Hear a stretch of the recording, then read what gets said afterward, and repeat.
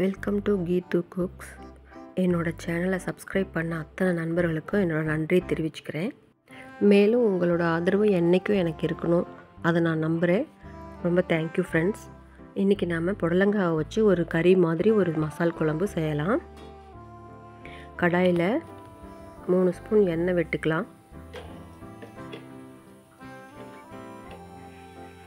சீரகம் 1 ஸ்பூன், சோம்பு 1 ஸ்பூன், பட்டை கிராம்பு ஏலக்காய் கொஞ்சம், கருவேப்பிலை கொஞ்சம் போட்டு தாளிச்சுக்கலாம்.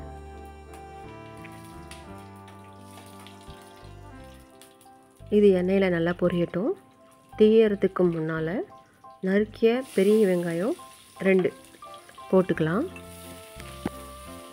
ஓரளவுக்கு பெரிய பீஸாக இல்லாமல் சின்ன பீஸாகவும் இல்லாமல் நம்ம கட் பண்ணிக்கலாம்.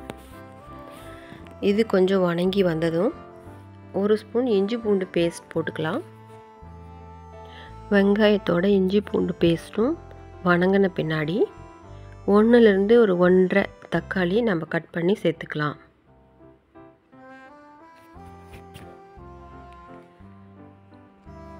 தக்காளி, வெங்காயம், இஞ்சி பூண்டு எல்லாம் ஒன்றா வதங்கி வரட்டும். அது வணங்கியதும் நம்ம கட் பண்ணி வச்ச சுரைக்காயை சேர்த்துக்கலாம். சின்ன சின்ன பீஸாகவே கட் பண்ணிக்கலாம். சுரைக்காயோடு சேர்த்து வதக்கும்போது முழுசாக 2 பச்சை மிளகாயும் சேர்த்துக்கலாம்.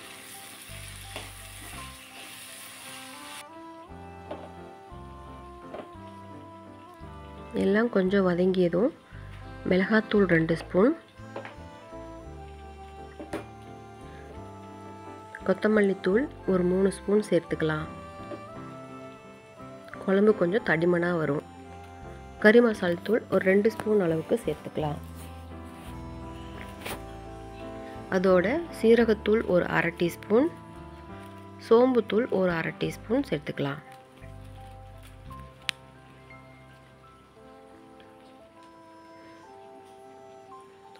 மஞ்சத்தூள் ஒரு 1/4 டீஸ்பூன் அளவு சேர்த்துக்கலாம். இப்போது நம்ம குழம்புக்கு தேவையான அளவு உப்பு சேர்த்துக்கலாம். எல்லா மசாலாவும் சேர்த்த பின்னாடி நம்ம ஸ்டவ் சிம்மில் வச்சு கிளறி விட்டுக்கலாம். மசாலாவோட காய் நல்லா வதங்கிய பின்னாடி 3/4 வேக்காடு வெந்திருக்கும். ஸோ இப்போது நம்ம 1 டம்ளர் அளவுக்கு தண்ணி சேர்த்து நல்லா வேக விடலாம். நல்லா கொதித்து எண்ணெய் தனியாக பிரிஞ்சு வரும். அது வரைக்கும் நம்ம வெயிட் பண்ணலாம். அப்பப்போ கிளறியும் விட்டுக்கலாம். இப்போது நம்ம இதுக்கு தேங்காய் பேஸ்ட் அரைச்சி கொண்டு வந்துடலாம். ஒரு மிக்ஸி ஜாரில் 1 கப் அளவு துருவிய தேங்காய், 5-6 பல் பூண்டு, கொஞ்சம் தண்ணி விட்டு அரைச்சி கொண்டு வந்துடலாம். நமக்கு தேங்காய் பேஸ்ட் ரெடி ஆகிடும். அதை நம்ம இந்த குழம்போட மிக்ஸ் பண்ணிக்கலாம். மிக்ஸ் பண்ணி கிளறி விட்டுட்டு ஸ்டவ்வை நம்ம ஆஃப் ஃப்ளேமில் வச்சு மூடி வச்சு வேக வைக்கலாம். ஒரு 2-3 நிமிஷத்துலேயே நல்லா கொதி வந்துடும். கொதி வந்ததும் நம்மளோட சுரைக்காய் மசாலா குழம்பு ரெடி ஆகிடுச்சிங்க. இப்போது நம்ம எப்பயுமே பருப்பில் பொரியலில் இப்படி தான் செஞ்சு நம்ம சாப்பிடுவோம். இது மாதிரி ஒரு தடவை ட்ரை பண்ணி பாருங்கள். சாதத்துக்கு சரியான மேட்சாக இருக்கும். சாப்பிட்டு பாருங்கள். உங்களோட கமெண்ட்ஸை சொல்லுங்கள். என்னோடய சேனலை சப்ஸ்கிரைப் பண்ணி லைக் பண்ணி ஷேர் பண்ணவங்களுக்கு ரொம்ப ரொம்ப நன்றி.